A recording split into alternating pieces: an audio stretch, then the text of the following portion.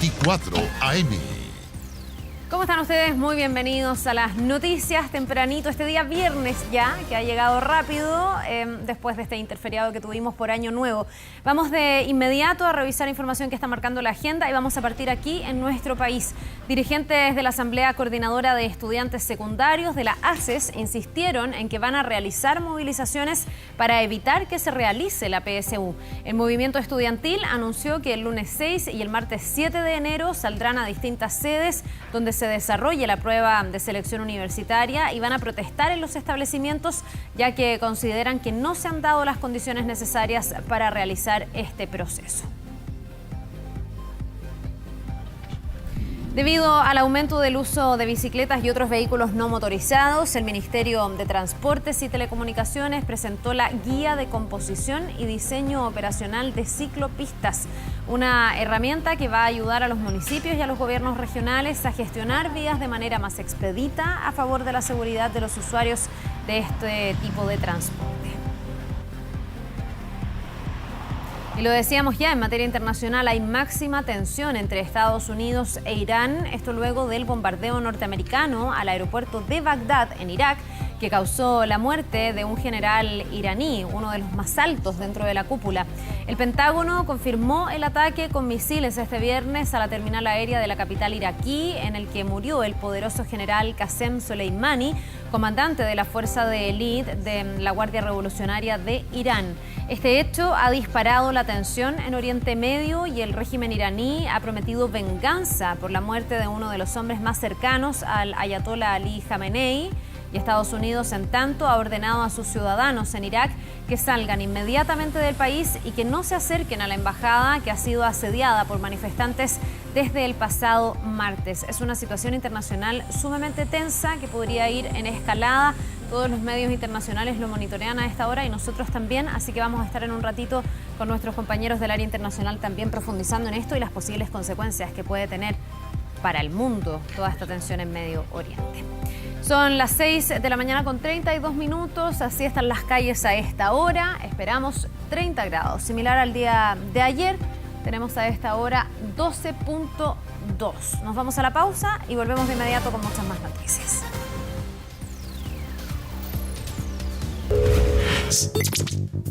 Bien, vamos a revisar noticias deportivas. Partimos contándoles que la Universidad de Chile, la U, presentó a 4 refuerzos mientras se espera la llegada de Montillo y un delantero extranjero.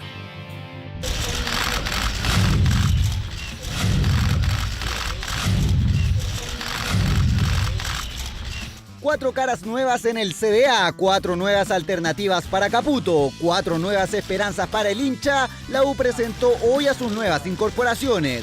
Creo que las expectativas son muy altas para este año. Vamos a conseguir cosas importantes este año. Y pelear cosas importantes, ¿no? Pelear las posiciones más altas y a eso es lo que venimos. Pablo Aranguis, de 22 años, Luis del Pino, con 25, Fernando Cornejo, de 24 y Sebastián Galani, de 22. A ellos se sumarían en los próximos días el ansiado retorno de Walter Montillo. Walter en este minuto está solucionando un tema administrativo con su ex club, con Tigre. La Ardilla está a la espera de recibir su finiquito para estampar su rúbrica en el Centro Deportivo Azul. El volante de 35 años sería la quinta incorporación de la U para este 2020. Me hubiera encantado tenerlo ahora, pero lo más seguro es que lo tengamos la próxima semana. Pero es algo que está en pie, no se ha caído ni nada por el estilo.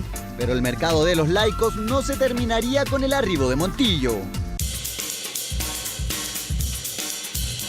Es que Caputo espera por su goleador, ya cuenta con Enrique Siguerra, pero también llegará un extranjero. Dentro de las opciones que se barajan está la de Hernán Barcos. ¡Toma!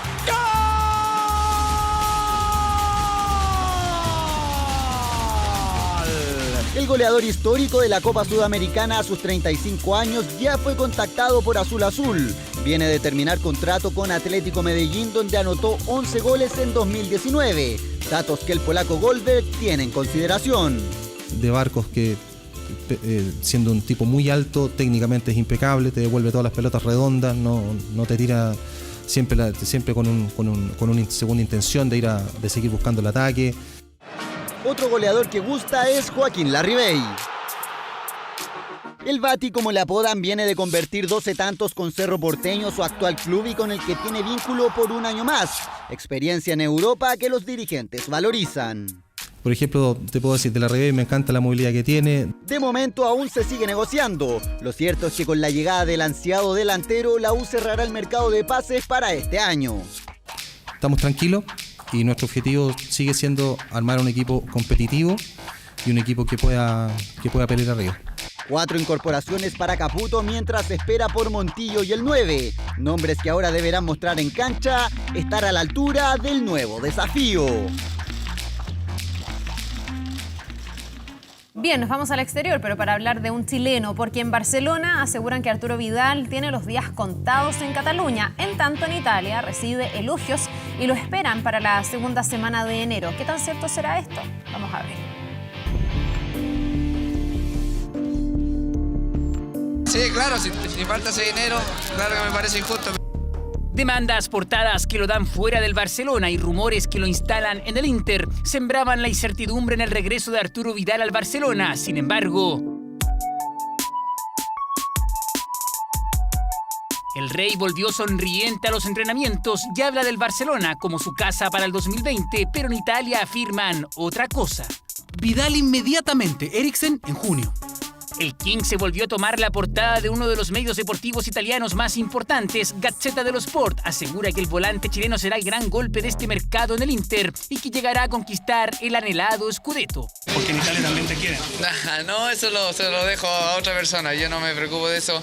Yo ya hice mi trabajo, ahora mi representante es el que tiene que ver eso. Y eso sería su llegada al cuadro lombardo, que se oficializaría el próximo jueves 9 de enero, luego del partido entre el Barcelona y el Atlético de Madrid por la Supercopa de España. Eso, según la Gazzetta dello Sport, mismo medio que se encargó de entrevistar a uno de los técnicos más importantes de Italia. Vidal es un jugador experto, con sentido de gol y Conte lo conoce muy bien. Con él, el Inter puede apuntar al Scudetto. Fabio Capello, técnico multicampeón con la Juve y el Milan, aseguró además que la llegada de Vidal al Inter sería un buen golpe. El mercado de enero tiene sentido cuando compras jugadores de calidad. Elogios y portadas para el Rey Arturo, que volvió a los entrenamientos, que asegura que está de vuelta en casa y cuyo próximo objetivo por ahora está fijado para el sábado, cuando el Barcelona visita al Español en el derbi catalán. Marcelo Bielsa explotó con su traductor de emergencia. El loco encaró en plena entrevista a su ayudante al no dar con las palabras adecuadas. Mira la nueva locura del rosarino.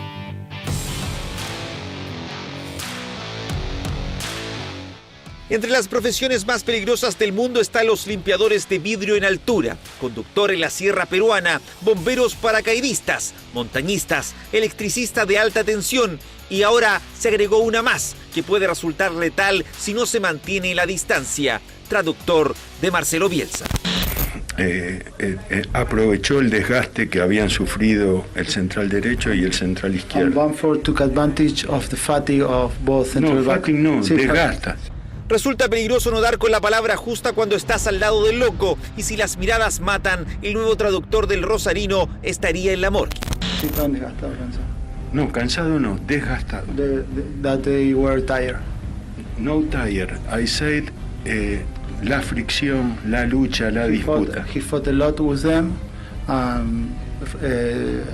They were with more fatigue and after. No sé qué palabra usamos. No, está bien, dígale que hubo muchos roces, muchos choques. Un Bielsa que comenzó en Francia con los traductores, jamás pese a entender el idioma se atrevió a hablar sin uno. El primero fue Fabrice Olbensky, un tipo de pelo largo que fue su sombra en la llegada al Olympique. Había que una persona muy exigente al nivel del trabajo, muy riguroso y muy trabajólico, como se dice. Y luego aparecería Salim Lamrani, un doctor en lingüística, escritor y periodista, amante del fútbol y de Bielsa, que dejó todo para convertirse en su traductor. Junto a él desembarcó en el Leeds inglés y han tenido varios momentos inolvidables. That my English is bad. Para el partido de Ipswich.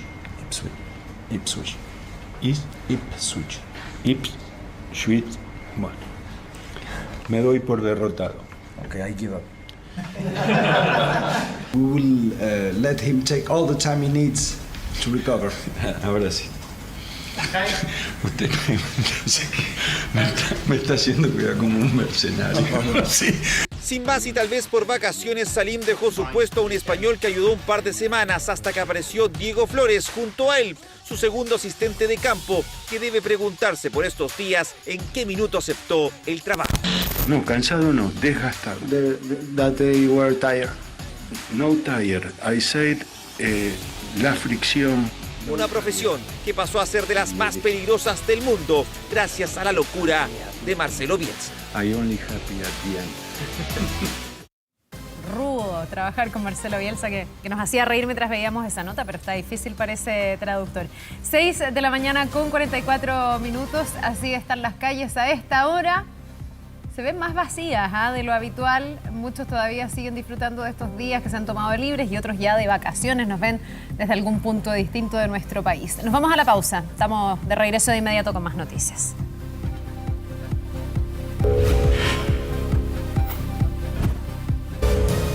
Finalmente, parlamentarios de oposición presentaron la anunciada acusación constitucional contra el intendente metropolitano Felipe Guevara. El polémico copamiento de Plaza Italia, que según los diputados vulneró derechos de los ciudadanos, provocó la acción que busca su destitución. El gobierno acusó irresponsabilidad de quienes impulsaron el libelo. 58, 59 por ahí. Imprimir y compaginar la acusación constitucional contra el intendente metropolitano Felipe Guevara. Esta fue la primera actividad del primer día legislativo de este 2020. En la oficina del PS se prepararon los últimos detalles. Desde allí el abogado y exministro Gabriel de la Fuente concretó el ingreso del libelo, el que asegura que Guevara infringió la Constitución de forma flagrante, vulneró la libertad de expresión y el derecho a reunión. Argumentos de los 10 diputados impulsores de toda la oposición que buscan su destitución. Todo por el llamado copamiento de Plaza Italia. Él ha intentado que sea la fuerza, que sea la represión, lo que lleve a esta paz. Santiago y Chile es de todos los chilenos y no de aquellos violentistas. El intendente Guevara lo único que hace es querer proteger a los chilenos. Desde que asumió el 30 de octubre como intendente metropolitano, Guevara anunció tolerancia cero contra las manifestaciones no autorizadas. Tras eso vino el polémico copamiento. Cientos de carabineros ocupaban Plaza Baquedano. Estrategia que comenzó el viernes 20 de noviembre, el día que un joven fue atropellado por un carro lanzagases investido contra otro vehículo policial. Nosotros tenemos la convicción de la necesidad de presentar esta acusación, fundamentalmente para que el gobierno recapacite, reaccione. Un intendente que lleva poco más de un mes en su cargo, cumpliendo su función, haciendo su deber y que lo acusen constitucionalmente, de verdad es solamente un juego de la izquierda que quiere perjudicar a este gobierno y que no le interesan las demandas sociales. Este jueves Guevara no se refirió a la acción presentada, pero sí lo hizo el martes, cuando se anunció el libelo en su contra. Obviamente la vamos a estudiar, con humildad vamos a presentar nuestros descargos. Que de la estrategia policial no es responsable, que ha autorizado otras marchas. Esos fueron algunos de los argumentos con que se defendió el intendente. Autoridad regional que arriesga la destitución por, según los acusadores, vulnerar la Constitución. Acusar a un intendente por cumplir la ley es muy irresponsable. Y por lo tanto nosotros llamamos al Parlamento a actuar con seriedad y a actuar con responsabilidad. Lo que están haciendo al acusarlo es debilitar el buen funcionamiento de nuestra democracia. En la Cámara de Diputados se eligió a los integrantes de la comisión que revisará el libelo. La tómbola determinó mayoría opositora y solo un miembro del oficialismo. 5 parlamentarios en total. Partir el año con la quinta acusación constitucional me parece un despropósito, algo simplemente que nos llega a un juego de política sin ningún sentido. Estaremos ponderando esta acusación constitucional en su mérito, por cierto. A mi juicio existen antecedentes legítimos para declarar la inconstitucionalidad del actuar del intendente. Acusación constitucional contra Felipe Guevara y nuevamente los votos de la oposición, principalmente de la DC, serán decisivos. Libelo que desde el lunes será analizado en la Cámara de Diputados. Corporación que deberá debatir y establecer si el Senado finalmente se convierte en el juez que determina el futuro político del intendente metropolitano. Esto es algo que pudo haberse solucionado con una simple conversación, pero terminó con un hombre inconsciente en el suelo. Un enfermero fue golpeado con un fierro en la cabeza por una profesora de Quilpué. Fue así el violento desenlace de una mala maniobra al volante.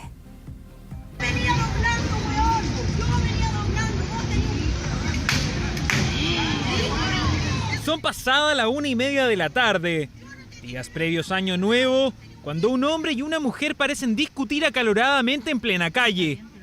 Minutos antes, el enfermero quilpueíno Ulises Yáñez viajaba en su automóvil junto a su pequeño hijo de 3 años.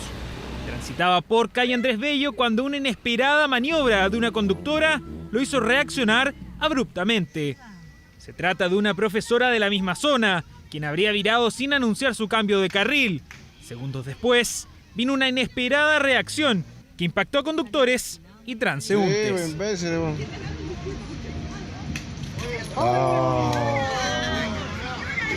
Yo quité la vista de ella, yo la quité y en ese momento ella me asesta el golpe en la cara. Yo sentí solamente un dolor muy fuerte, el miedo que tú llegas a sentir al pensar que no te pudiste haber muerto. Sin mediar provocación, la agresora esperó a que Ulises se estuviese retirando del lugar para darle un certero golpe en la cabeza con un fierro. Con el enfermero tendido en el suelo y con su hijo presenciando esta escena dentro del auto, tomó una varilla desde el interior del vehículo de la víctima para que pareciera la habían agredido. Carabineros retuvo a ambos protagonistas por riña en espacio público, pero quedaron en libertad. Lo cierto es que al pasar como una riña quedó como que habían agresiones recíprocas y la señora no fue detenida. Una situación que generó alarma entre quienes presenciaron la agresión en la céntrica calle de Quilpué, un lugar que no se caracteriza por ser escenario de conflictos. Yo vi que ella vino con un fierro, pero él estaba así sin nada en las manos y le llegó el golpe y cayó al suelo. Fue impresionante, sí, ya que de un golpe pueden haberlo hasta matado. Mal lo hecho que una profesora que tiene que dar el ejemplo esté haciendo eso. Violento incidente que a juicio de los expertos serían cada vez más reiterados y propios de personas expuestas a estrés constante. Estamos un poco acostumbrándonos, ¿verdad?, a reaccionar, a liberar la energía de esa manera. Poner un poco más también ojo a la vida personal. ¿Qué estamos haciendo por nosotros? Además de trabajar, digamos, además de realizar actividades que nos están normadas. ¿Qué estamos haciendo para nosotros? El afectado interpuso una querella por agresiones menos graves en contra de la profesora, de quien, por el momento, se desconoce su paradero. Tremendo, además con un niño de 3 años en el auto que presenció todo esto, realmente irracional lo que pasó ahí. Vamos a otras informaciones. Un incendio en Quinta Normal afectó a 2 viviendas. Vamos con Rodrigo Pérez, que tiene todos los detalles. Hola, Rodrigo. ¿Qué tal, Carla? Muy buenos días. Es un incendio que afortunadamente no dejó personas fallecidas, ni mucho menos personas lesionadas. Esto ocurrió en Alcérreca con Alejandro Fierro, en la comuna de Quinta Normal, cuando a eso de las 5 de esta madrugada aproximadamente, bomberos de esta comuna y de otras compañías del Cuerpo de Bomberos de Santiago se movilizaron hasta esta intersección para controlar el incendio que afectó en su totalidad a una vivienda que está ubicada en toda la esquina de estas intersecciones de estas calles. Un siniestro que hasta el momento no se conocen las causas exactas y producto del fuego que consumió por completo esta vivienda también afectó al domicilio colindante, afectando parte del techo y causando también daño estructural, aunque no de la forma trágica como ocurrió en este domicilio. El fuego no solo alcanzó estas 2 viviendas, sino que también afectó el cableado eléctrico que se encuentra en estas intersecciones, y es por eso que ahora el trabajo de bomberos está en controlar el fuego en estas partes para así evitar una propagación mayor a otros sectores de toda esa cuadra en la comuna de Quinta Normal. Es parte del Departamento de Investigación de Incendios del Cuerpo de Bomberos de Quinta Normal indagar las causas que iniciaron esta situación, aunque hay algunos antecedentes que se manejan y que podrían dar algunas hipótesis de por qué se habría originado este incendio.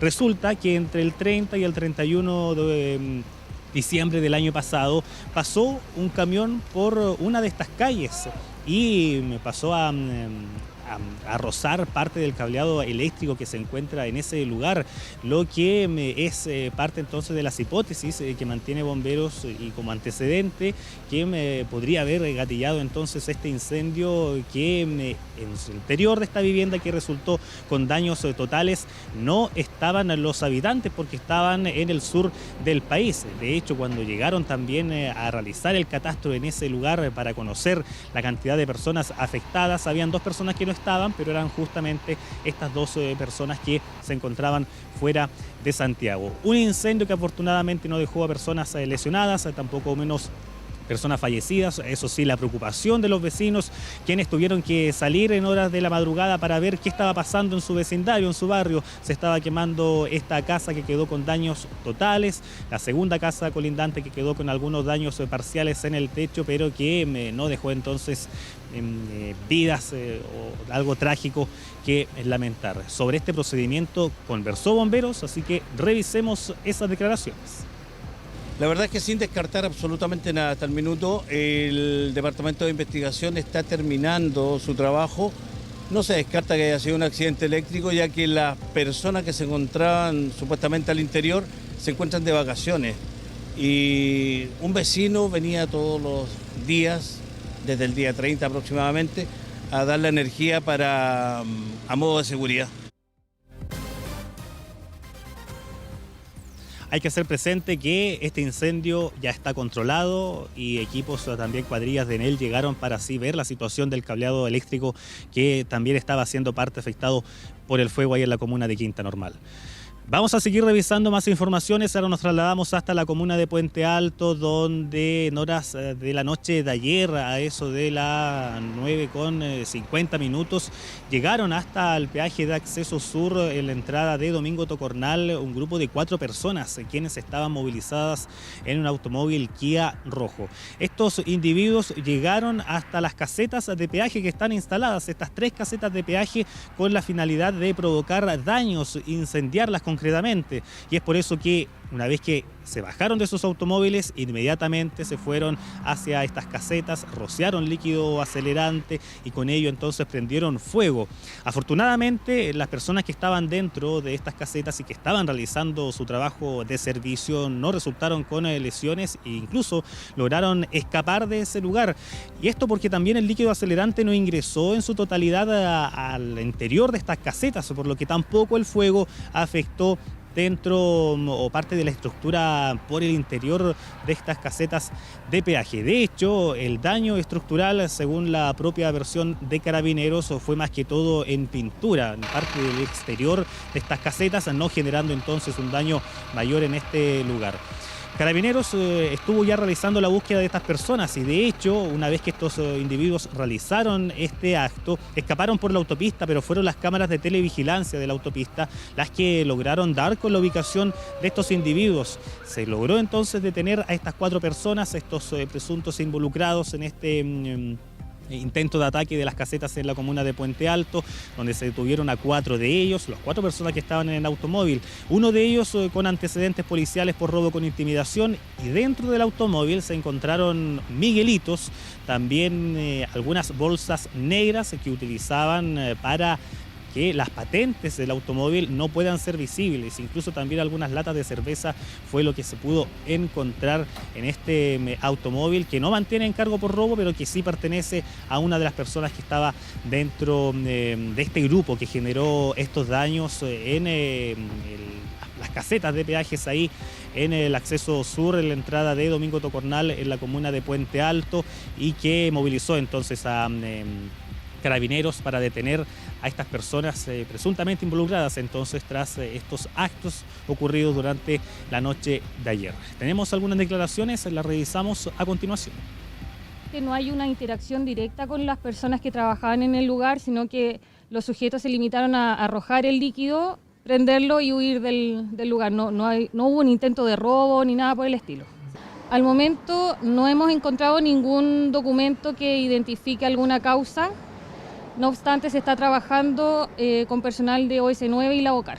Solamente uno de los sujetos mantiene antecedentes policiales. Es dable de señalar que todos son masculinos, mayores de edad, y solo uno de ellos tiene antecedentes por robo.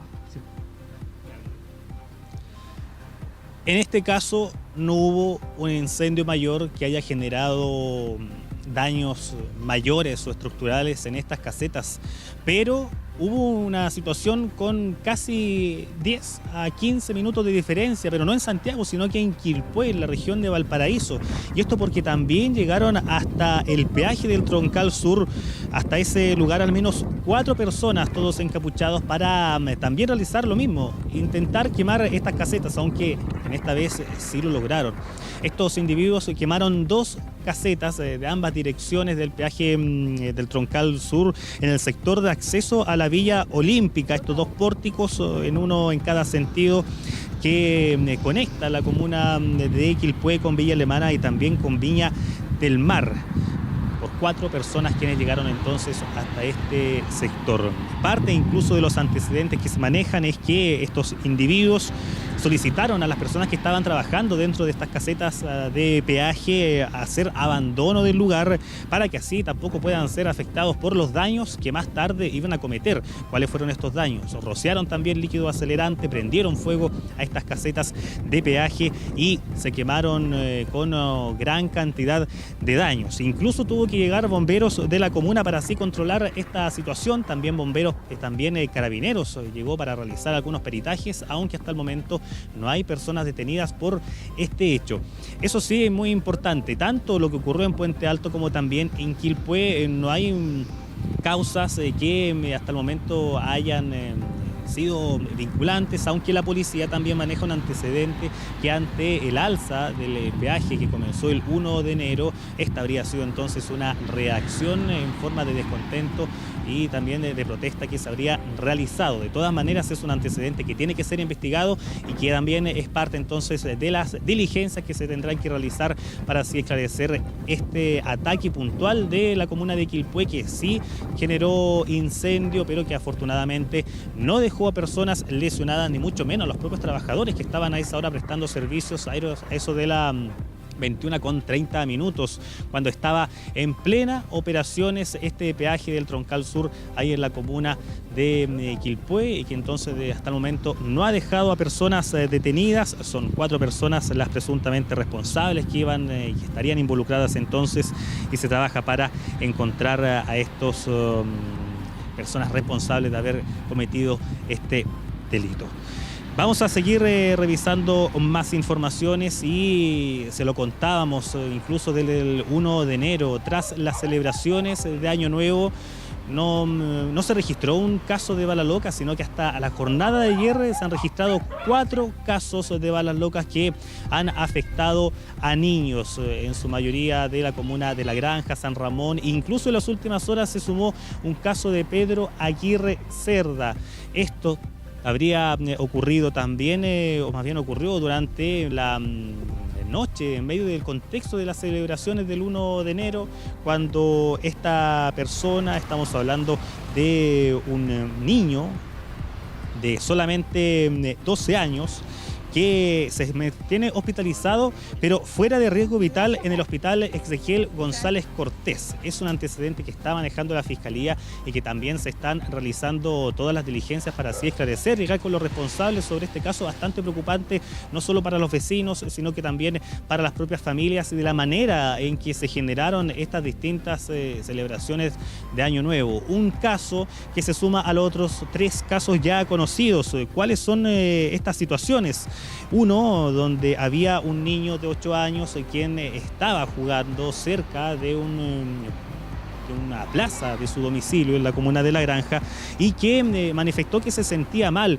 De un momento a otro sus padres fueron a ver lo que le pasaba a este joven, y ahí se dieron cuenta que mantenía un impacto balístico en su médula espinal, luego de ser trasladado hasta el hospital Padre Hurtado en la comuna de San Ramón. Es un caso que mantiene este niño fuera de riesgo vital, pero que se mantienen las diligencias por parte de la Policía de Investigaciones para así entonces encontrar a los eventuales responsables. Hay otro caso también de una niña quien recibió un impacto balístico mientras estaba utilizando un celular en la comuna de San Ramón también, y que afectó a esta niña de 8 años que es compañera de colegio del menor herido en la comuna de La Granja. Esta niña estaba utilizando este teléfono, pero no resultó con lesiones mayores, porque todo este impacto llegó en su teléfono celular que estaba utilizando en ese momento.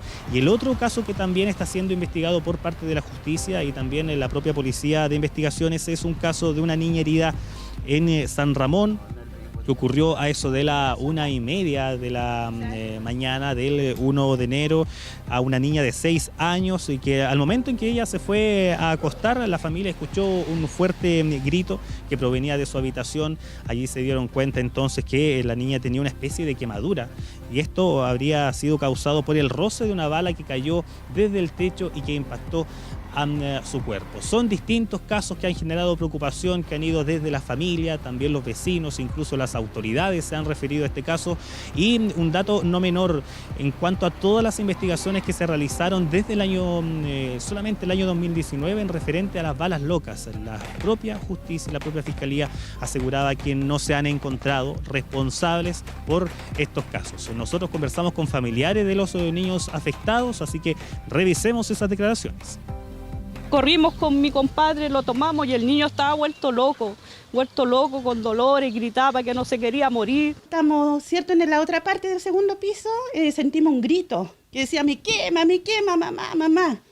Entonces con la desesperación corrimos todo a la pieza y le levantamos, ¿cierto?, la polerita y le vimos la quemadura de la bala en la columna. Estamos denunciando todos los hechos que están ocurriendo en San Ramón respecto, ¿cierto?, a estas balas locas que en definitiva pueden al final matar a cualquier ser humano y cualquier vecino que viva en nuestra comuna y otras comunas cercanas. ¿Algún caso de balas locas en que se haya podido encontrar al autor del disparo? En el año 2019, no. Parte entonces de las situaciones que han ocurrido ahí en el sector sur de la capital, con casos de niños que han sido afectados por estas balas locas y que son investigadas por la justicia y también por la policía de investigaciones. Vamos a seguir revisando más informaciones y ahora les contamos que en horas de esta madrugada hubo una situación bastante preocupante para un conductor de un taxi en la comuna de Estación Central, justo afuera de uno de los terminales de buses que se mantiene ahí instalado muy cerca de la estación Universidad de Santiago. Resulta que el conductor de taxi estaba recogiendo pasajeros que estaban ahí en ese momento en el terminal, cuando él acusa que de un momento a otro llegaron dos vehículos con aproximadamente 8 personas y se fueron directamente contra su vehículo. Lo intentaron quemar, incluso le prendieron fuego, asegura, le rompieron incluso parte de la infraestructura del automóvil, los vidrios. Fue una agresión bastante complicada la que él denunció, donde incluso también acusó que lo amenazaron de muerte ante la eventualidad que él se hubiera defendido sobre esta situación. Es un hecho que estuvo constatando Carabineros, llegó Carabineros de la 21ª Comisaría de Estación Central para así indagar este caso, que hasta el momento no ha dejado a personas detenidas, pero sí ha generado la preocupación de los taxistas.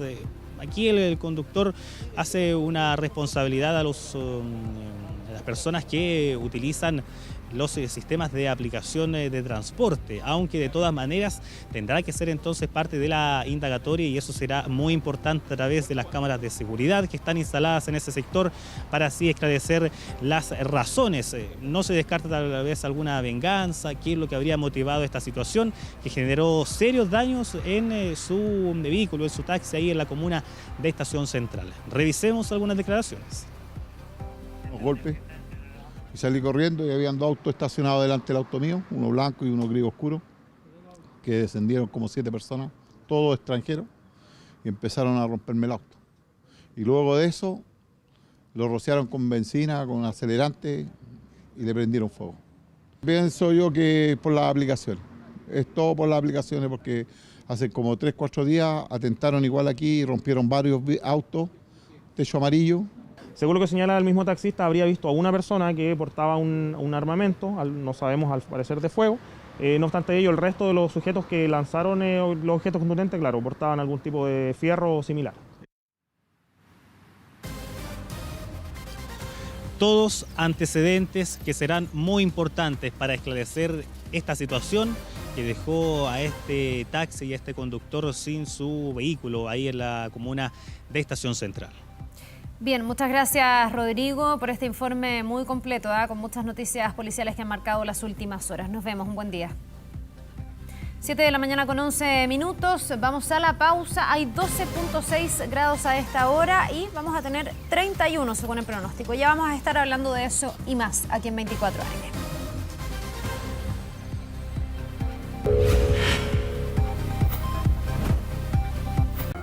Bien, ya estamos de regreso junto a Gonzalo Jiménez para saber también cómo está el tránsito. ¿Cuesta un poquito más ver taco o todavía no?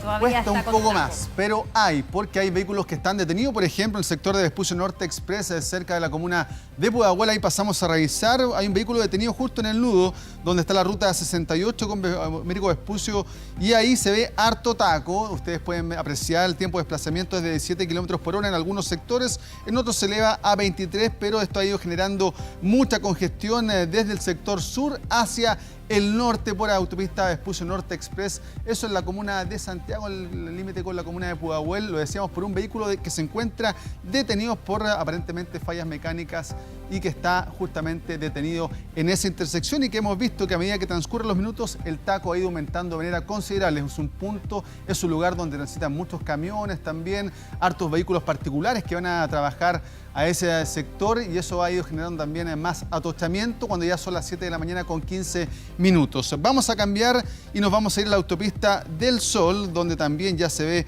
tráfico pesado a esta hora de la mañana. A esta hora otros días o las semanas anteriores ya la congestión era total. A esta hora al menos el tráfico está fluyendo, no es que los vehículos estén detenidos en comparación, lo decíamos, a otra época del año, pero ya se comienza a ver ya un poco de congestión. Y por último vamos a revisar acá el sector de Jorge Rodríguez, el sector de la comuna de San Bernardo, el sector de Lavaras, Camino Lavara.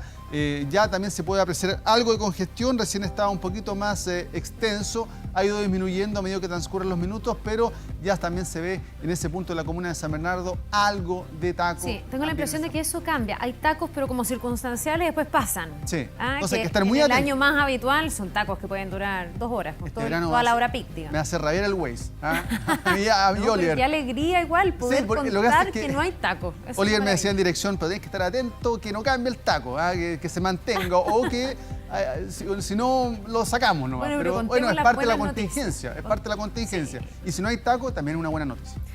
Oye, ¿y qué tenemos en 24horas.cl? Bueno, tiene relación con el tema de los locales donde la gente va a ir a rendir, los estudiantes, la prueba de selección universitaria. Recordemos que comienza el día lunes. El día lunes es con la prueba de lenguaje y comunicación a partir de las 9 de la mañana, y ese mismo día también se realizará la prueba de ciencias a las 14:30 horas. Si usted quiere saber, por ejemplo, los alumnos no han revisado cuál es el lugar donde tiene que ir a rendir esta prueba, lo puede hacer también ahí en un clic que está en el sitio 24horas.cl. Ahí debe ingresar su root y también la contraseña para averiguar toda esa información. Recordemos que el día martes a las 9 de la mañana se hará la prueba de matemáticas y a las 14:30 horas la prueba de historia, geografía y ciencias sociales. Ahí vamos a estar muy atentos, por supuesto, también a esta información, al reconocimiento de salas el día domingo, y también a este llamado boicot y funas que han hecho también la Asamblea Coordinadora de Estudiantes Secundarios. Sí, un proceso que siempre reviste mucha atención para los jóvenes, para sus familias, y que este año ha estado además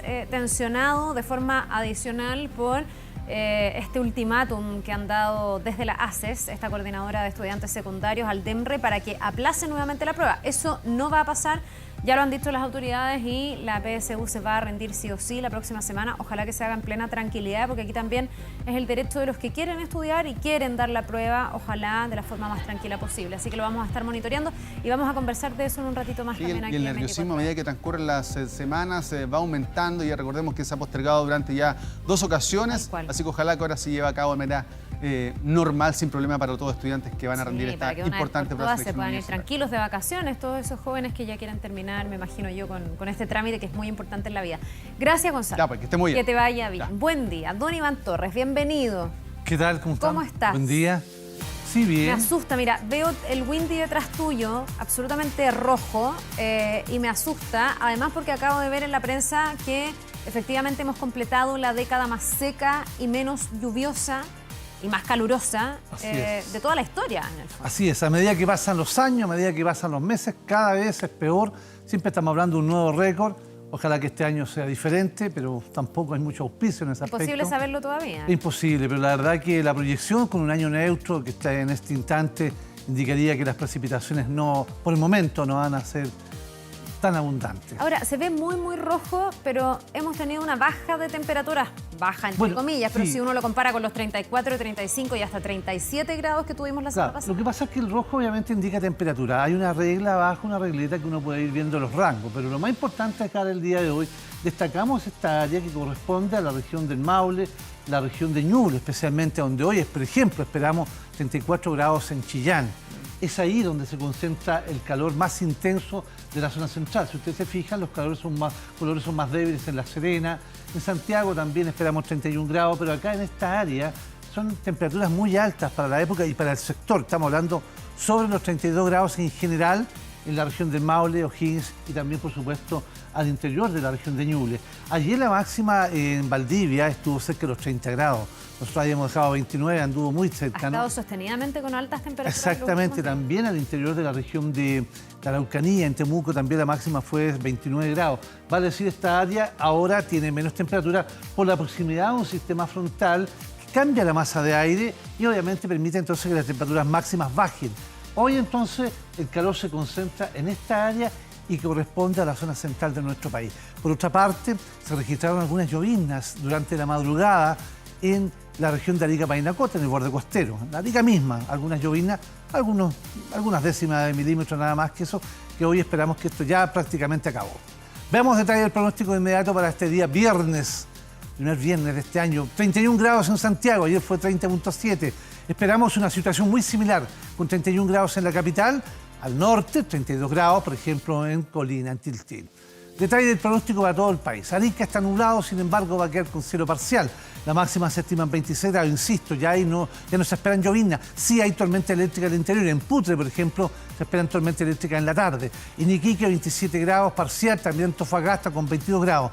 Se despeja en Copiapó y La Serena va a despejar con 20 grados. Despeja así en la tarde.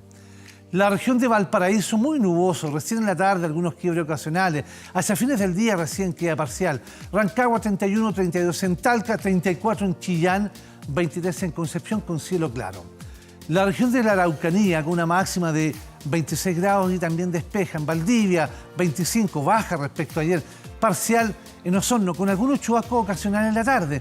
En Puerto Montt también cielo nublado, a ratos parcial, con algunos chubascos en la tarde y también Quillón con 21 grados. La región de Aysén. En Coyhaique estimamos una máxima de 20 grados, con chubascos ocasionales, especialmente en la tarde. También en Chile Chico con 24 grados. Puerto Natales, precipitación en la mañana en forma aislada. El resto de la jornada parcial. También en Punta Arenas, una máxima de 15 grados. Y en Puerto Williams también se esperan 15 grados cielo parcial. En la mañana también algunos chubascos. Veamos detalles de los próximos días, porque la temperatura máxima, por lo menos los próximos días, ya no se acercan a los 34 grados. Por el contrario, si sacamos un promedio, vamos a estar siempre alrededor de los 30 grados. Incluso el domingo baja bastante respecto al comienzo de la semana, o incluso el domingo de la semana pasada, cuando fueron 34 grados. Esperamos acá 28 grados, cielo parcial, 29 el lunes con cielo despejado, martes y miércoles temperaturas alrededor de los 30 grados. Buen respiro ese del domingo y el lunes. Sí, buen respiro. Una tregua para aquellos que no les gusta. Llegan muchas nubes a la cordillera el domingo, pero sin embargo hay que estar atento. Tal vez en la cordillera alta, no acá abajo, podrían originarse algunos chubascos, vamos a estar atentos a eso. Lo mencionamos porque mucha gente ya empieza a salir de paseo o acampar, ¿no es cierto?, en sectores cordilleranos. Precaución siempre al pronóstico durante esta época porque se forman tormentas de verano. Ya, nos vamos a quedar entonces bien pendientes. Hay que tener precaución con ese tipo de eventos climáticos. Gracias, Iván. Buen día. Que te vaya bien. Un buen día, nos vemos. Vamos a otra cosa, a lo mejor a usted le ha pasado, estoy segura de que puede ser así, porque se le olvidó pagar su línea de crédito y los intereses le pasaron la cuenta, algo que pasa tanto. Bueno, a contar de ayer, una nueva ley establece el pago automático de las líneas de créditos, una normativa que genera opiniones divididas, eso sí, entre la gente y que muchos buscan revertir. ¿Cómo se hace? Vamos a ver. Este miércoles no solo le dimos el vamos al año 2020, una nueva ley también comenzó a regir. Hablamos del pago automático de la línea de crédito. Bien, pues, porque las deudas hay que pagarlas. No estoy muy de acuerdo porque el ciudadano es el que tiene que tener el control de cuánto debe pagar. Para mí está bien porque uno es más ordenado, porque a veces nos olvida pagar la cuenta. Que no sea automático, porque uno sabe cuándo puede pagarlo. Desde ahora, todos quienes tengan deudas en su línea de crédito, con esta ley, el pago se les descontará automáticamente del saldo que exista en la cuenta corriente. Una medida que, para evitarla, deberán acudir hasta su institución bancaria, como Darío, que no le gustó para nada la nueva normativa y llegó corriendo a solicitar que en su caso no fuera automático. A mí me dieron un bono y tengo que ocupar la línea de crédito, pero automáticamente me van a descontar, entonces no sirve de nada, pues. Entonces tengo que respectar nuevamente otras cosas y está mal el sistema. Una ley que genera opiniones divididas, sin embargo, para los expertos sería una ayuda para el bolsillo de los chilenos. Lo bueno de esto es que sea automático y que no dependa de la persona hacer el pago, que en definitiva le está generando intereses diarios. Por lo tanto, es una buena medida y viene a corregir algo que se debería haber hecho hace mucho tiempo. En la actualidad en Chile existen 5 millones de cuentas corrientes, de ellas más de 3 millones usan la línea de crédito, con una deuda promedio de 760.000 pesos, principalmente por los intereses, que son los más altos del mercado. En el caso de una línea de crédito, se cobra un 35% de interés anual, mientras que en créditos de consumo o tarjeta de crédito, un 25% de interés al año. Digamos que no va a aumentar la capacidad de ingresos que tienen las personas, pero lo que sí va a hacer es que disminuye la cantidad de intereses que deberían pagar las personas en general, sobre todo aquellos que no tienen la costumbre permanentemente de estar pagando la línea de crédito con cualquier cantidad positiva de pesos que tengan en su cuenta corriente. Una medida que desde la Asociación de Bancos aseguran haber informado a sus clientes a través de distintas plataformas. Los clientes están informados de cuáles son las vías para, digamos, los efectos que tiene la ley de manera automática y de qué manera ellos pueden optar, si así lo desean, a renunciar a este mecanismo automático de pago de la cuenta de la línea de crédito. De todas maneras, se acerquen a los bancos y se informen con ellos si tienen cualquier duda. Una ley que busca evitar el endeudamiento en nuestro país, que en el último reporte bordeó los 5 millones de personas, la cifra más alta históricamente. Bueno, considerando la gran cantidad de personas que prefieren la bicicleta como su medio de traslado, el Ministerio de Transportes presentó una guía que busca agilizar el proceso de construcción de ciclovías en ayuda a municipios y gobiernos regionales. ¿En qué consiste esta guía? Se lo vamos a preguntar a Joana Bolrath. Ella es secretaria ejecutiva de CONACET. Joana, muchísimas gracias por este contacto y muy buenos días. Hola, muy buenos días. A ver, ¿en qué consiste esta guía y cuál es el propósito? ¿Cómo va a ayudar en el fondo a contar con más ciclovías que son tan necesarias? Cada día más gente se traslada en bicicleta o en distintos tipos de transportes no motorizados, ¿no? Es verdad, hemos visto en estos últimos meses un gran aumento de ciclistas en las calles y es por eso que estamos preocupados de crear espacios más seguros para este modo de transporte. Y en este sentido la guía viene a entregar una herramienta práctica a los municipios y a los gobiernos regionales para la implementación de ciclovías a lo largo de todo el país. Y en este sentido también contar que los ciclistas son el 6% de quienes fallecen en nuestras calles y por eso es tan importante implementar espacios más seguros para ellos. Ya, o sea, aquí hay varias cosas. Por un lado, facilitar el transporte y la movilidad y por otro lado también resguardar la convivencia vial y que por lo tanto aquellos que son más vulnerables, ciclistas, peatones, etcétera, no se vean afectados. Ahora, en términos concretos, ¿qué es lo que uno encuentra o los municipios y gobiernos regionales encuentran en esta guía? ¿Hay un estándar parejo de todas las ciclovías siendo iguales?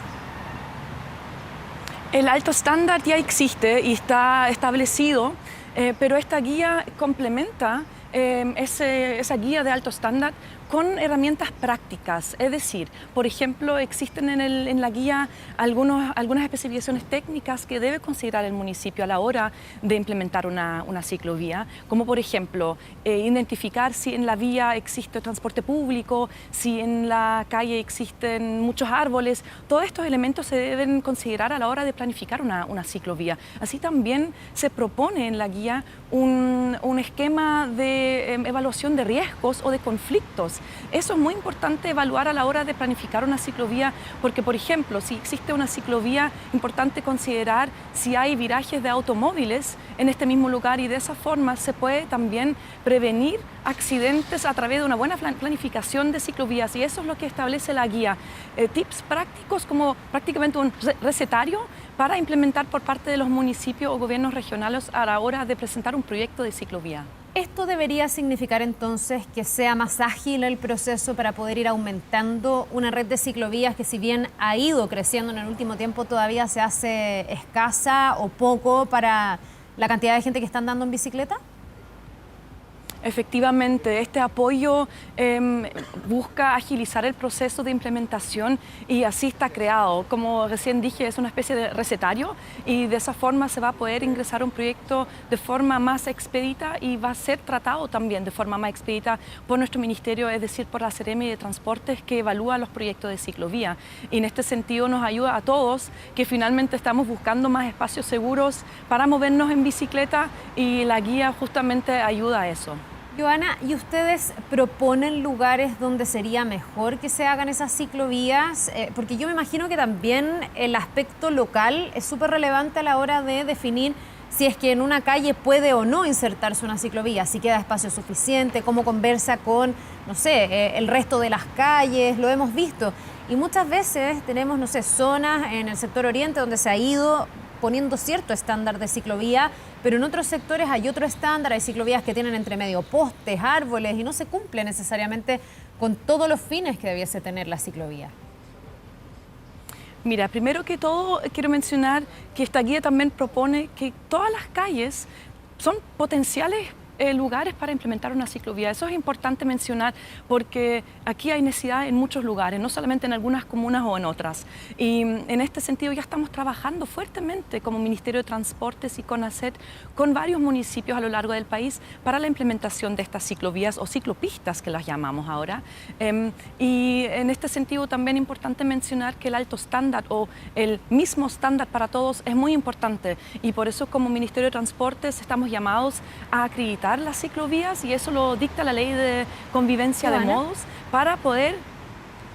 ¿Sí? Sí, lo que pasa es que tú dices, que cualquier calle está sujeta a contar con esta ciclovía o ciclopista. Pero yo me imagino que igual hay que hacer una evaluación del estado de esas calles, no sé, de qué tan atochadas están, de cómo conversan las bicicletas con los autos, con el transporte público, porque hay calles que realmente están súper atochadas, que si uno a lo mejor les pone una ciclovía, termina generando un caos aún mayor, ¿o no? Absolutamente. Aquí, en el fondo, cada calle tiene el potencial para contar con una ciclovía, pero justamente la guía da el apoyo para evaluar si es de qué forma se implementaría, ¿no es cierto? Ese análisis de conflictos, las especificaciones técnicas que deben presentarse a la hora de presentar un proyecto de ciclovía, lo describe en detalle la guía para poder definir cuáles son los lugares aptos para implementar ese tipo de ciclopista. Y es por eso que es tan importante considerar el material a la hora de planificar una ciclovía, porque justamente sin ese análisis previo, no va a ser posible una exitosa implementación. Y en este sentido también estamos invitando a todos los municipios a sumarse a ese trabajo y a implementar nuevos espacios seguros para ciclistas. Bien, pues nos vamos a quedar bien atentos a ver cómo va operando esta guía en cuanto a sus recomendaciones, y ojalá en hacer más expedito el proyectar y el poder ejecutar ciclovías que además tengan un buen estándar y que cautelen por la seguridad de todos los que tienen que convivir en las calles de nuestro país. Muchas gracias, Joana. Un buen día. Muchas gracias, buen día. Nos vemos. Bien, vamos a otro tema que estamos siguiendo con mucha atención, porque el próximo lunes 6 y el martes 7 de enero miles de alumnos están convocados para rendir la prueba de selección universitaria.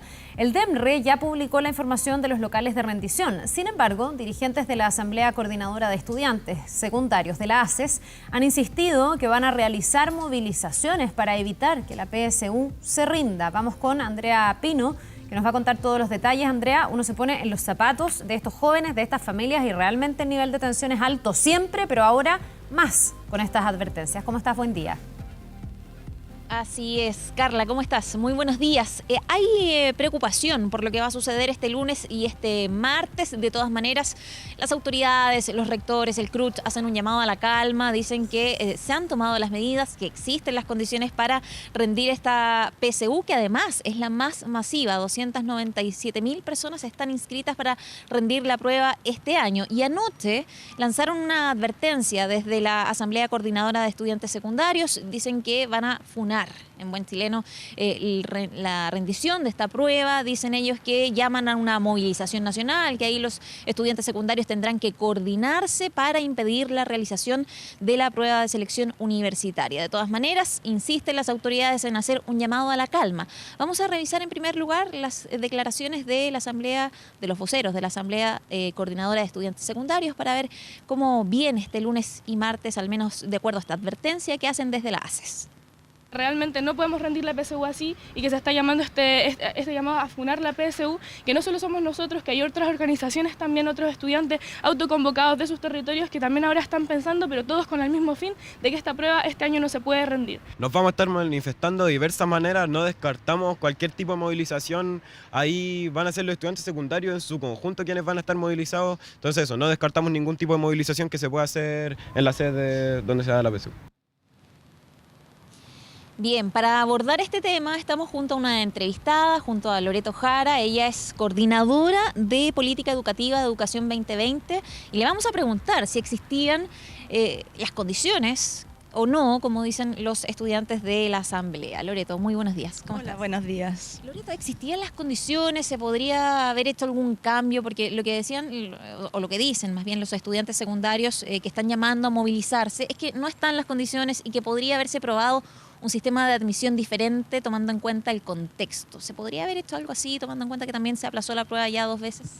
La verdad es que pensar en un sistema de admisión a la universidad distinto a propósito de esta coyuntura de movilización social no era muy posible, dado los tiempos. Estos son procesos largos, son procesos que involucran, diseño de pruebas, de mecanismos, de puntajes, entonces no era cosa de cambiar las cosas en 2 meses, digamos. Por lo tanto era complejo. Ahora, los estudiantes secundarios tienen un punto y es, efectivamente, estamos en un contexto social, en un escenario que nos pone en un piso diferente y distinto, donde el rendir este examen, esta prueba, no va a ser en las condiciones, comillas, normales, digamos, porque hay, tal como lo dicen los secundarios, hay estudiantes que han tenido problemas con como efecto de su participación en las movilizaciones. Hay jóvenes que fueron heridos por perdigones, dicen, y efectivamente eso es así. Hay un contexto de tensión en el ambiente que hace que no sean las condiciones óptimas para rendir un examen de esta naturaleza. Pero no estaban dados los tiempos para hacer un cambio, una modificación en las reglas del juego a estas alturas. Pero se podía hacer quizás algo, una suerte de ayuda, quizás tomando en cuenta el contexto más allá de que se haya aplazado la prueba. La verdad es que es un contexto aún más complejo, considerando que hubo estudiantes a quienes se les cerró anticipadamente el año escolar, además. Entonces, efectivamente, los resultados que va a tener esta medición en particular no van a ser quizás comparables con los del año pasado, no van a tener quizás el rendimiento esperado para una generación completa. Entonces, tendremos que ver cómo se comportan los resultados, ver desde ahí si las universidades hacen algunos cambios en las ponderaciones, en los puntajes, si se consideran más las notas que la PSU. Algo podría conversarse en función de eso, pero la prueba en sí, el test como tal, era muy difícil de cambiar a estas alturas y menos en 2 meses, no alcanza a hacerse. Ahora, respecto del tema de fondo, porque dicen también los estudiantes secundarios reunidos en la Asamblea Coordinadora que hay que hacer cambios al sistema de admisión, piden cambios a la PSU o quizás al sistema en general. ¿Qué se puede hacer y cuánto tiempo podría demorar hacer un cambio de estas características? La PSU se aplica desde el 2003 y desde el 2004 yo creo que viene con muchas críticas. Hoy día nadie está en condiciones de defender la PSU como un sistema justo, equitativo, inclusivo y que da cuenta efectivamente de aptitudes para estar en la universidad, digamos. Por lo tanto, hay que generar cambios profundos, hay que hacer una revisión integral de ese instrumento y del mecanismo completo de acceso y de ingreso a la universidad. ¿Qué cosas habría que hacer, por ejemplo? En primer término, considerar que los estudiantes técnico-profesionales corren en desventaja en esta carrera, porque hay contenidos y objetivos de aprendizaje que no están dentro de su currículum y por lo tanto llegan con un piso diferente de conocimientos y de habilidades a rendir esta prueba. Esa es una primera modificación que debió haberse hecho hace mucho tiempo y no entendemos por qué no ocurre. Un segundo elemento tiene que ver con la complejidad de la prueba de matemáticas, por ejemplo, que hoy día es muy compleja, que tiene un sesgo de género bien importante en función de los resultados que obtienen hombres versus mujeres y que eso tiene que ver tanto con la construcción de la prueba, pero también da cuenta de algunas prácticas pedagógicas que están en el aula y esa es una conversación un poquito distinta, complementaria pero distinta, pero en el fondo muestra que hay sesgos de género y que hay sesgos socioeconómicos. Es una prueba que favorece a ciertos sectores económicos por sobre otros. Primero por la calidad de educación que reciben algunos colegios, pero segundo porque hay familias que tienen opción de preparar esa prueba. Entonces pagan un preuniversitario y acceden a otras herramientas de apoyo que en el fondo también deja a los estudiantes en una situación de inequidad. Hoy día lo que estamos viendo a propósito de la coyuntura de la PSU y nuevamente la juventud como un actor social nos está diciendo que tenemos un problema profundo en nuestro sistema educativo y eso hay que escucharlo, hay que prestar atención. Es de esperar que las autoridades tengan una actitud dialogante respecto del petitorio que están haciendo, de las demandas de fondo que están poniendo sobre la mesa, que es un sistema inequitativo y un mecanismo de acceso a la educación superior que no tiene las mismas reglas del juego y que deja a algunas personas en desventaja por sobre otras. ¿Se podrían tomar medidas a corto plazo pensando ya en un sistema pensado, diseñado para el próximo año? Respecto de las propuestas o lo que mencionaba. Sí, en teoría, esta es la última PSU que se rinde, porque hay algunas modificaciones en la legislación y en la política educativa a propósito de la creación de la Superintendencia de Educación, que es una institución nueva que debiese estar teniendo mayor protagonismo también en este contexto, y donde está la promesa de que se van a incorporar cambios en este sistema, que tienen que ver con modificar precisamente el instrumento, quizás con incorporar algunos herramientas o instrumentos complementarios para la admisión que den cuenta efectivamente de cuáles son las habilidades que tiene un joven o una joven para enfrentar el mundo universitario. En el fondo está la promesa, necesitamos ver cosas más concretas y desde esa perspectiva la presión que están ejerciendo hoy día los estudiantes es muy necesaria porque los cambios no pasan por inercia, digamos, hay que presionarlos un poquito.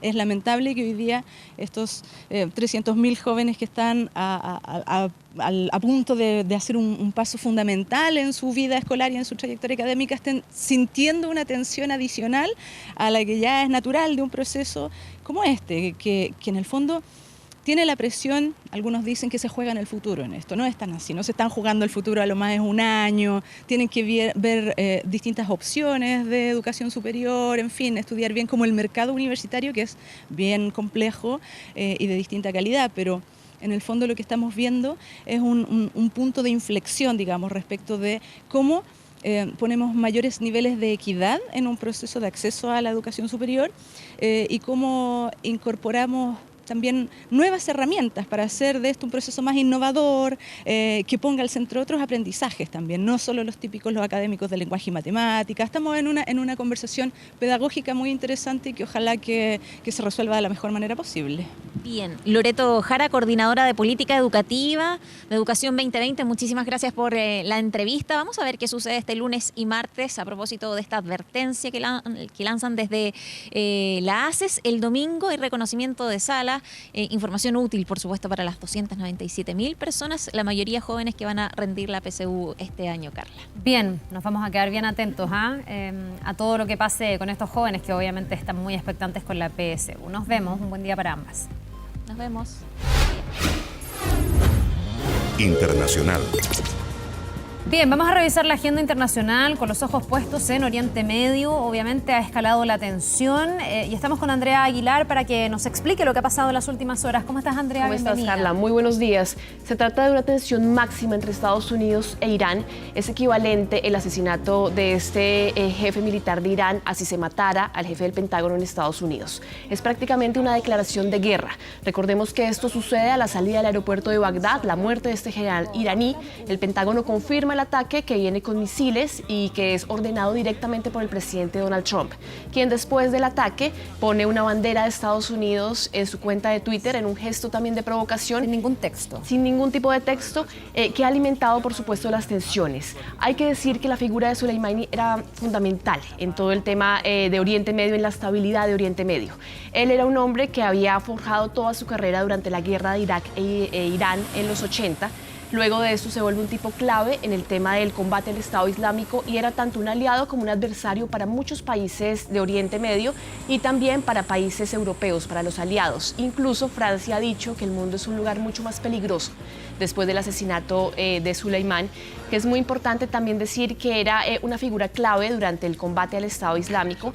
Había sido una persona que estaba casi siempre a la sombra, pero por su rol en este combate en Siria y en Irak, que era una persona que le gustaba mucho estar en terreno y no le daba miedo, iba al mismo y entrenaba a las tropas, y era aparte de esto el hombre más poderoso de Irán, después del Ayatollah Ali Khamenei. Ahora, muchos se estarán preguntando cuánto puede escalar el conflicto con la muerte de este militar tan relevante para Irán, y muchos se preguntarán, pero ¿por qué esto pasa en Irak? Y estamos hablando de la tensión entre Estados Unidos e Irán. Irak ha quedado como atrapado, si uno quisiera, en medio de este conflicto de un país tan relevante como Irán para la región, y Estados Unidos, que en el fondo han cortado relaciones y han ido escalando entre ellos la tensión. Hace mucho tiempo ya, desde que Estados Unidos se sale de este pacto de desnuclearización por parte de Irán, etcétera. Exactamente, justamente la presencia de Irán en Irak es clave porque ellos son los que han venido entrenando las milicias chiitas. Son también los responsables de, digamos, como de tejer todas las alianzas con otros grupos de la región. Hablamos de Hamas y la Yihad. También islámica en Gaza, hablamos de Líbano con Hezbollah, que de hecho toda esa tensión inicia justamente por este bombardeo que hace Estados Unidos a una base militar, específicamente eran 5 bases, habían 2 bases en Siria, 3 bases en Irak, y en ese ataque que hace Estados Unidos, también como respuesta a un ataque que no se ha confirmado que realmente haya sido Hezbollah, en el que muere después de 11 ataques que venían haciendo desde octubre, muere el primer ciudadano estadounidense que era un contratista, quedan heridos otros 4, y la respuesta de Estados Unidos es bombardear estas bases justamente en estos países, y ahí mueren 25 militantes de Hezbollah, otros 50 quedan heridos, y eso es, Carla, lo que desata la tensión también. Eso ha hecho escalar todo este conflicto. Y fue lo que finalmente desató la ira de miles de manifestantes que vimos como el 31 de diciembre asediaron la embajada en Estados Unidos. Ahora, Andrea, tú decías, esto es prácticamente una declaración de guerra. ¿Cuál es la posibilidad de que recrudezca?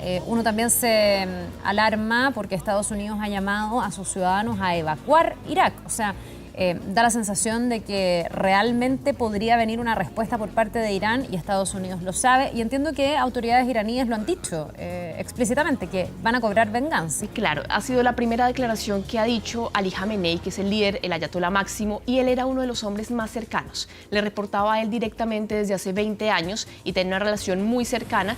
De hecho, en los medios iraníes, cuando entrevistan a los militares, ellos se quiebran y lloran por la muerte de Soleimani, que era básicamente un padre para muchos de los militares en Irán. No solamente Estados Unidos ha pedido que salgan sus ciudadanos, también Países Bajos, y han empezado otros países europeos a pedir que salgan de Irak porque se teme un inminente ataque a las embajadas, a las sedes diplomáticas, no solamente en términos de embajadas, también en términos de bases militares. Por ejemplo, Reino Unido también ha reforzado todo lo que es, digamos, el continente militar que tienen, contingente militar cerca de sus bases militares, lo que te mencionaba de Francia. Se teme, por supuesto, que haya toda una escalada de la tensión en Oriente Medio, y aparte de esto, también Israel siente que está en peligro máximo, ha reforzado la seguridad en todas sus embajadas. Recordemos que Netanyahu estaba de viaje en Grecia, ha vuelto de inmediato a Jerusalén para poder ponerse al frente de esto. Incluso se hablaban en medios hebreos también que estaban dándose algún tipo de recrudecimiento en las comunicaciones, en el internet, en las líneas telefónicas en Israel, esto ante los preparativos de la operación que se estaría dando en la frontera. Sí, una vez más se siente esa fragilidad, ese equilibrio tan precario que hay en Medio Oriente, y que con cualquier chispita en el fondo puede terminar recrudeciendo, que es lo que se teme en este caso. A mí me da hasta pudor preguntar esto, digamos, porque siento que es lo menos importante, pero yo me imagino que vamos a tener consecuencias, por ejemplo, para nuestro país, como el encarecimiento del petróleo. Uno rápidamente piensa en eso. Digo que da pudor porque aquí estamos hablando de también personas, de civiles que se están viendo expuestos, de una guerra permanente en Irak que se ha cobrado ya cuántas vidas durante todos estos años, desde que Estados Unidos derroca a Saddam Hussein en adelante. Y que ha sido una guerra muy, muy cruenta. Por eso te digo que pensar en las repercusiones económicas que pueda tener para un país como Chile podría sonar accesorio, pero obviamente también tratamos de acercar esa noticia y saber qué podría pasar acá. El precio del petróleo con esto va a empezar a dispararse necesariamente. Claro, y en la primera jornada de hoy los indicativos del petróleo se han disparado también y no es tan accesorio, digamos, preguntar por este tipo de cosas porque finalmente se ha disparado el precio del petróleo. Hay todo un impacto porque sabemos que Irán y Irak son uno de los mayores, productores de petróleo y que finalmente eso va a tener un impacto en la economía mundial. Recordemos que esta guerra entre Irán y Estados Unidos, que se había permanecido en la guerra económica, en las sanciones de Estados Unidos, bueno, pasa ahora a convertirse en una posibilidad mucho más real. Y para cerrar este tema, también va a haber consecuencias para el proceso eleccionario en Estados Unidos. O sea, recordemos que Trump es un presidente que está en campaña y todo esto finalmente va haciendo que la aguja se inclina hacia un lado o hacia el otro, dependiendo de cómo se desarrollen los hechos de aquí en adelante. Así que hay que mirar también este punto y ver cuáles van a ser las consecuencias de aquí en adelante. Claro, y es justamente lo que han dicho los demócratas, que han dicho que justamente el presidente de Estados Unidos debe pedirle al Congreso autorización para este tipo de ataques. Y lo que ha dicho los demócratas es que él no pidió ningún tipo de autorización y escaló la guerra que había estado tratando de evitar a toda costa Estados Unidos. Iremos mirando durante todo el día cómo evoluciona este tema, cuál es el impacto real. Por ahora pasamos a revisar también otro de los grandes temas de la agenda internacional, que son las evacuaciones masivas que se están registrando en Australia. Comenzó finalmente a evacuar a través de buques militares a miles de personas que permanecen atrapadas en medio de la ola de incendios que sacude el país. Las Fuerzas Armadas del país oceánico han iniciado este viernes esa evacuación por mar. Son miles las personas que se han visto afectadas por los incendios forestales, ya dejan 19 muertos. Continúan los cuestionamientos además a las acciones del gobierno de Scott Morrison, quien de hecho fue increpado por residentes durante la primera visita que hizo a Nueva Gales del Sur, que ha sido el estado más afectado, en donde los habitantes lo acusaron de dejar el país arder y aseguraron que debería estar avergonzado.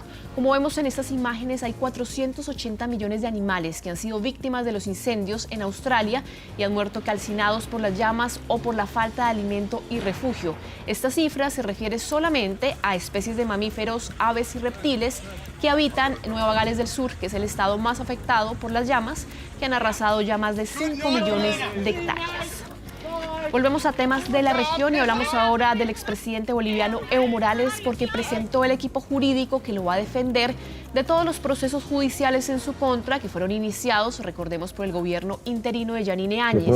El equipo está encabezado por el español Baltasar Garzón, además los abogados argentinos Eugenio Zaffaroni y Raúl Ferreira. Como equipo jurídico, ellos han señalado que el exmandatario aún mantiene la inmunidad como presidente de Bolivia. Recordemos que su renuncia nunca fue aprobada por el Congreso. Evo Morales tiene ahora una orden emitida de captura por la Fiscalía de su país por cargos de sedición, terrorismo y financiamiento al terrorismo, por esta llamada que se filtró y en la que él le daba a sus copartidarios indicaciones para que bloquearan los accesos al alimento que entraba a La Paz, por lo que el gobierno interino ha amenazado con capturarlo si vuelve a su país, aunque Evo ha señalado que incluso podría ir el día de las elecciones para ejercer su voto en Cochabamba.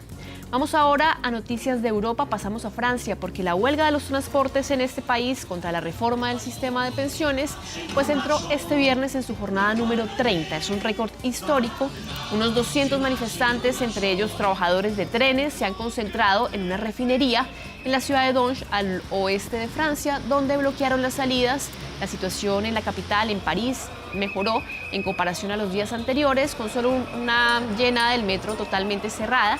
La tensión entre los manifestantes y el gobierno del presidente Emmanuel Macron está en uno de los puntos más altos. Recordemos que incluso él tuvo que renunciar como un tipo de gesto a su pensión, luego de que el mandatario también asegurara que la reforma a las pensiones pues se va a realizar de todas formas, a pesar de estas manifestaciones.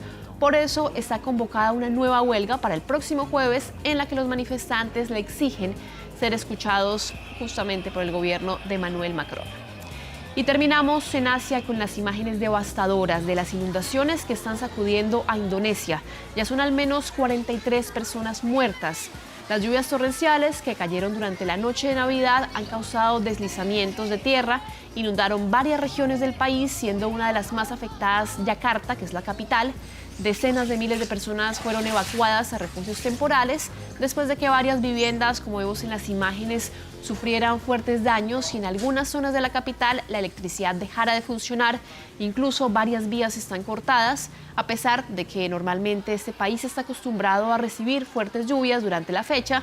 Se trata de las peores inundaciones que han sacudido Indonesia desde el año 2013, que recordemos dejaron decenas de personas fallecidas.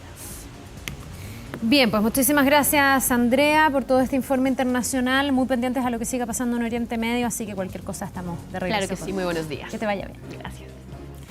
Vamos a otras noticias y volvemos a nuestro país. Un joven de 25 años perdió la visión de uno de sus ojos tras supuestamente haber recibido una bomba lacrimógena en su rostro. Esto durante las manifestaciones de Año Nuevo en Valparaíso. Stephanie Zamora tiene más detalles y nos cuenta. ¿Cómo estás, Stephanie? Buen día. Hola, buen día, Carla, ¿cómo estás? Claro, se trata de una manifestación que ocurrió principalmente la noche de Año Nuevo, cuando en el sector de la Plaza Aníbal Pinto diversos enfrentamientos se vieron a través principalmente de las redes sociales.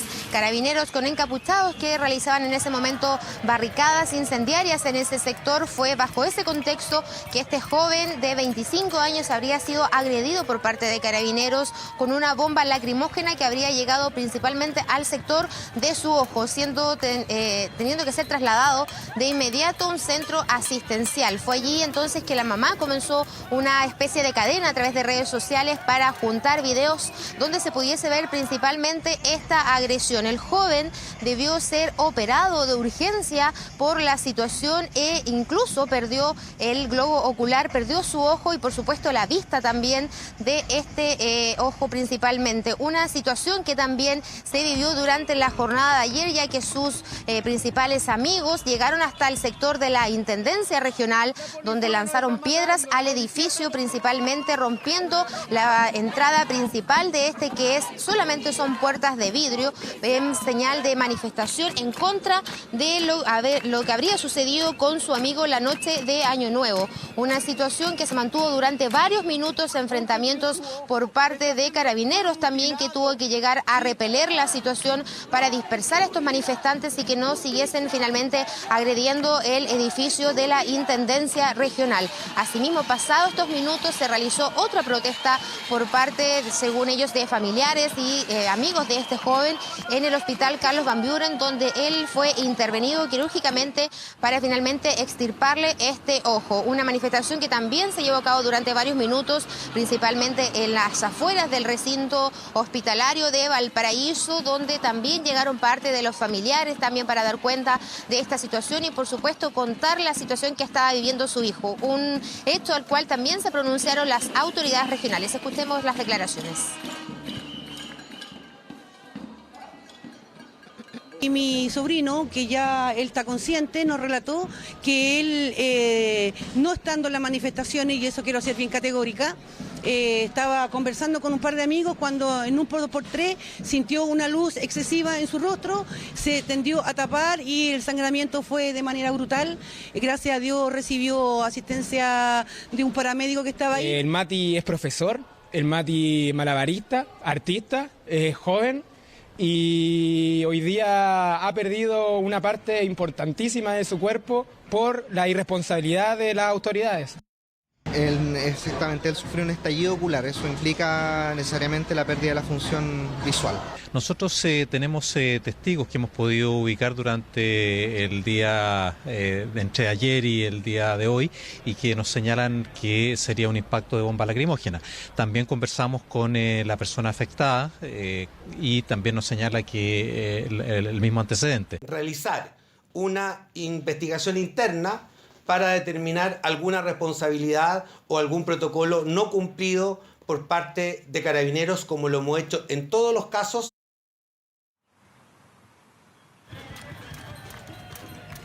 Claro, investigación que se va a realizar entonces por parte de Carabineros, asimismo lo señaló la institución a través de un comunicado de prensa donde daba cuenta de esta situación, esto luego de que el informe médico finalmente dijera que habría sido un golpe con un objeto contundente. Bajo la situación, familiares señalaban que no se encontraba en la manifestación, simplemente habría sido agredido al pasar por el sector. Fueron enfrentamientos que duraron varios minutos durante la noche del Año Nuevo y que fueron bastante graves en ese sentido, que dejaron finalmente a este joven de 25 años, un profesor egresado de la Universidad de Playa Ancha, con la pérdida de su globo ocular, Carla. Sí, ojalá que se logre determinar a través de la investigación realmente qué fue lo que pasó en cada uno de estos casos que ha sido denunciado. Merece terminar con justicia, sabiendo finalmente quién genera esta lesión, esta repercusión que es grave, y pudiendo sancionar también a aquel o aquellos que sean responsables, Estefanía. Así que vamos a seguir bien atentos a todo lo que ocurra con la investigación, si se siguen recogiendo testimonios y también con la evolución en el estado de salud de este profesor egresado que terminó de esta manera luego de estas manifestaciones con incidentes ahí en Valparaíso. Muchas gracias y cualquier cosa retomamos el contacto. Que tengas una buena jornada. Bien, pues si nos vamos despidiendo cuando son las 7 de la mañana con 59 minutos, así están las calles a esta hora, menos taco que la habitual, ya se empieza a sentir un Santiago algo más amable. Recuerde que esperamos 31 grados para hoy. Tenemos 14.1 a esta hora, así que va a ser un día con algo de tregua para aquellos que no les gusta tanto el calor. Iván Torres ya nos decía que va a ser una semana más fresca y los próximos días también que la semana pasada, por ejemplo, donde superamos incluso los 34 grados, donde sí va a estar bien caluroso hoy día en la región de Ñuble. Nos vamos, que tengan una buena jornada, un lindo viernes. Viene el equipo del Buenos Días a Todos a través de TVN y seguimos con más noticias en Canal 24 Horas.